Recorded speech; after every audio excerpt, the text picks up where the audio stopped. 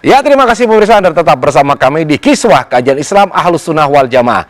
Pemirsa, seringkali ya, ataupun kadangkala kita mendapatkan di sosial media tuh orang gampang banget menyampaikan ujaran kebencian, memaki-maki. Mungkin karena dia nggak bisa melihat orang langsung. Saya kira kalau ketemu langsung nggak mungkin melakukan hal yang sama. Nah, tapi tentunya ini ada konsekuensinya. Inilah yang nanti akan mungkin disinggung sambil kita akan menerima dulu pertanyaan-pertanyaan dari masyarakat. Ini sekaligus saya mohon izin ini, Pak Muharrem pakai untuk menyampaikan dan barangkali nanti akan langsung dikaitkan dengan permasalahan tadi. Yang pertama, ini dari Yanto di Semarang, bagaimana kalau ada ceramah yang rasis di media sosial? Nah, Pak Muharrem kali bisa memberikan batasan rasis dan tidak, dan apa konsekuensinya? Baik, terima kasih Mas Agus. Jadi yang harus dipahami oleh masyarakat, yang pertama, bahwa media sosial itu bukan ruang private. Dia ruang publik, siapapun bisa mengakses. Ya. Itu yang harus dipahami pertama. Kemudian yang kedua, jejak digital itu tidak bisa dihapus. Itu yang berbahaya. Insya Allah. Walaupun HP kita dihapus, masih bisa ditarik lagi itu. Iya, dosa aja bisa dihapus Allah ya. Ini dosa. Kalau ini dosa, kalau ini barang bukti. Barang bukti. Siap, silakan. Itu kemudian apapun ucapannya atau dalam bentuk narasi atau ucap langsung, itu sebetulnya ada kategori-kategorinya dan ada berbagai ancaman pidananya. Ya. Yang pertama ada yang disebut namanya fake news. Fake news itu cerita atau berita palsu yang dibuat sedemikian rupa sehingga menyerupai berita asli. Biasanya beredar di internet yang bertujuan untuk mempengaruhi pandangan politik, kemudian mempengaruhi ideologi, dan ada juga yang dibuat sebagai candaan, seolah-olah dia taunya bercanda. Setahu dia hanya bercanda, padahal itu tidak. Itu bisa dikenakan, ada di KUHP ada pasal 15 ayat 1. Itu bisa, dan ancaman hukumannya ya lumayan 2 tahun. Kemudian ada juga yang disebut hate speech atau lebih trennya ujaran kebencian. Ini yang biasanya berkaitan dengan sara, kemudian berkaitan dengan diskriminasi, kemudian perilaku seksual yang berkaitan dengan seksual dan sebagainya. Itu bisa dikenakan pasal 28 ayat 2 Undang-Undang ITE. Itu ancaman hukumannya juga lumayan, 4 tahun. 4 tahun. Iya. Nah, itu yang Terus ada lagi itu bisa pasal 28, bisa pasal 27. Hate speech itu tergantung bagaimana ucapannya. Ya. Bisa juga menggunakan pasal-pasal KUHP, bisa juga. Ya, itu bisa berlapis malah. Bisa berlapis itu, Pak. No. Terus kemudian hoax. Ya. Tadi yang disampaikan hoax itu ya bahasa cepatnya berita bohong lah. Ya. Biasanya itu sumber berita tidak jelas, kemudian menyembunyikan fakta atau data. Kemudian bermuatan provokasi. Ini provokasi luar biasa. Dari tahun ke tahun, kasus provokasi melalui media sosial itu meningkat. Yang kita tangani loh, di kepolisian tangani itu meningkat. 2018 sekitar 400 sekian, 2019 kemarin sudah hampir mencapai 600-an kasus. Yang berkaitan dengan hoax tadi. Yang berkaitan dengan hoax yang bersifat provokasi ya, provokasi, khusus provokasi itu. Kemudian biasanya juga hoax itu menuliskan copas dari tetangga, grup tetangga, gitu kan? Dari grup sebelah, kadang gitu. Kemudian akibatnya juga yang ditimbulkan bisa kecemasan, bisa kebencian, itu yang seperti itu. Terus kemudian ya hampir sama dengan tadi, motifnya bermacam-macam.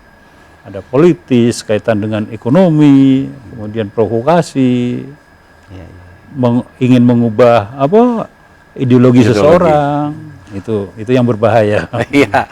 Nah, baik begini Kiai, kalau dari sisi Kiai ini bagaimana melihat memantau ini? Kadang-kala mungkin ada ceramah-ceramah yang ya berbau rasis atau bahkan seperti apa gitu. Mas Agus, ini bukan hanya soal ceramah. Ya.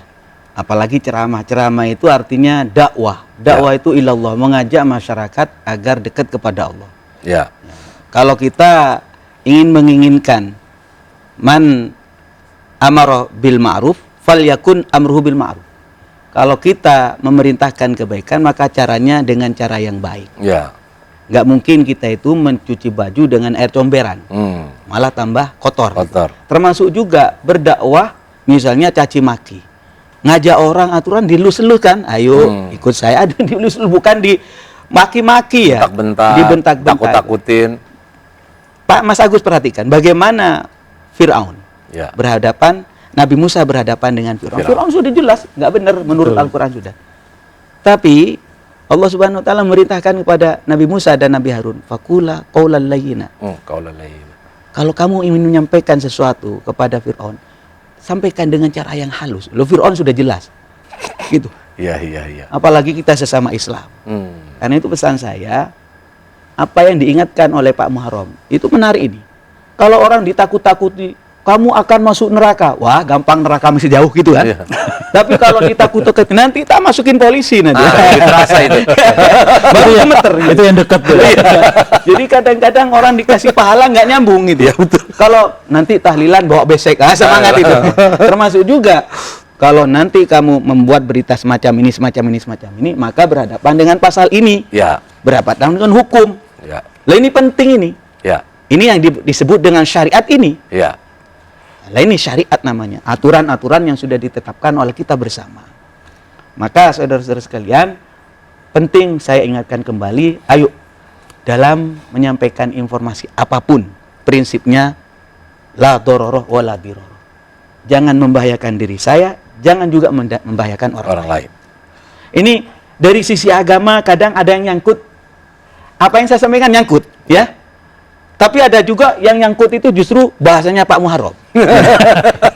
Langsung ngeretak ya, gitu. Kalau kiai kan nanti kalau Anda melanggar akan mendapatkan neraka. Waduh, neraka masih jauh. Iya. Kalau Pak Muharram ini penting ini. Iya. Untuk disampaikan. Masya Allah. Ya, nah Pak Muharram, barangkali ada kalimat apa sebagai kesimpulan kita ini yang perlu untuk dipahami oleh masyarakat dalam kaitan masyarakat ini ya bijak dalam bermedia sosial. Itu tadi yang saya sampaikan, ada dua yang harus diingat. Ya. Bahwa media sosial itu bukan ruang private. Dia ruang publik yang siapapun bisa mengaksesnya, siapapun bisa melihat. Termasuk aparat hukum sendiri bisa melihat. Saya pun patroli media itu melihat, Pak. Kalau semua ada yang wah ini termasuk kategori hoax nih. Ini kok penyebarannya udah nyampe ke sana semua. Nah, saya dorong ke ini, Pak. Berikan ke Direktorat Cyber supaya penegakan hukumnya di sana. Ya. Itu yang pertama. Kemudian diingat pula jejak digital tidak bisa dihapus. Jadi apapun yang kita posting, walaupun itu sudah terlanjur, saya hapus. Tapi kalau ada orang yang mengadukan, tetap itu bisa kita ambil, Pak. Iya. Kita jadikan barang bukti. Nah, itu yang harus diingat oleh seluruh lapisan masyarakat. Untuk berhati-hati. Ya, terima kasih Pak Muharram. Kiai, ini sebelum kita mengakhiri segmen, nah kayaknya pemirsa di rumah udah nunggu-nunggu nih amalan membuka penghambat rezeki. Kayaknya kita perlu denger ya Pak Muharram. Perlu sekali itu. Silakan Kiai. Terima kasih Mas Agus, Pak Muharram. Jadi tradisi di pengajian kita ini segmen ketiga kita kasih amalan-amalan tertentu ya. Ini biasanya di pesantren dikasih. Sejak dulu zaman perjuangan penjajahan itu juga ada amalan khusus ya diberikan kepada para pejuang. Kalau sekarang karena musuhnya kita adalah kemiskinan ya. Kita kasih serit setiap hari itu ganti-ganti. Sekarang bagaimana caranya membuka apa tadi? Penghambat rezeki ya. Sebenarnya banyak Mas Agus. Ya. Tapi spesifik malam ini, kesempatan ini saya sampaikan yang dapat menghambat rezeki salah satunya adalah sarang laba-laba di rumah. Jadi kalau ada sarang laba-laba itu Pak Muharram dibersihkan. dilihat pun nggak enak tuh. Lah, Iya, betul, betul. dilihat pun nggak enak. Ini filosofi beliau. Iya, Tapi iya. saya kutip di dalam kitab Ta'limul Mutalim, di antara yang menyebabkan seretnya rezeki itu adalah sarang laba-laba itu dibersihkan. Rumah yang mewah, rumah yang bagus itu nggak ada sarang laba-laba lah, gitulah kira-kira. Iya, iya, iya. Oh, yang lain-lain nanti Mas Agus. Kalau bacanya nggak usah hari ini, cukup tipsnya saja yang saya kutip di dalam kitab Ya, Ta'limul membersihkan sarang laba-laba. Ya. Walaupun dulu laba-laba menolong Rasulullah Ya. waktu bersembunyi itu. Saya tidak berbicara itu. Oh, sekarang konteksnya berbicara kalau di rumah ya. Di rumah Kalau ya. iya. Oke. Di rumah. Kalau di rumah kita ada sarang laba-laba, bersihkan. Iya, iya. Atau di kantor kita atau di mana kita tempat tinggal, bersihkan. Karena apa? Itu penghambat rezeki. Ini bukan tahayul, saya kutip di dalam kitab Ta'limul Mutalim. Ini para kiai ini memantau ini Pak Muharram. Apa yang saya sampaikan didengar oleh kiai-kiai di seluruh Indonesia ini. Iya, iya. Jadi sumbernya di mana Pak Kiai? Itu di dalam kitab Ta'limul Mutalim disebutkan semacam itu. Iya.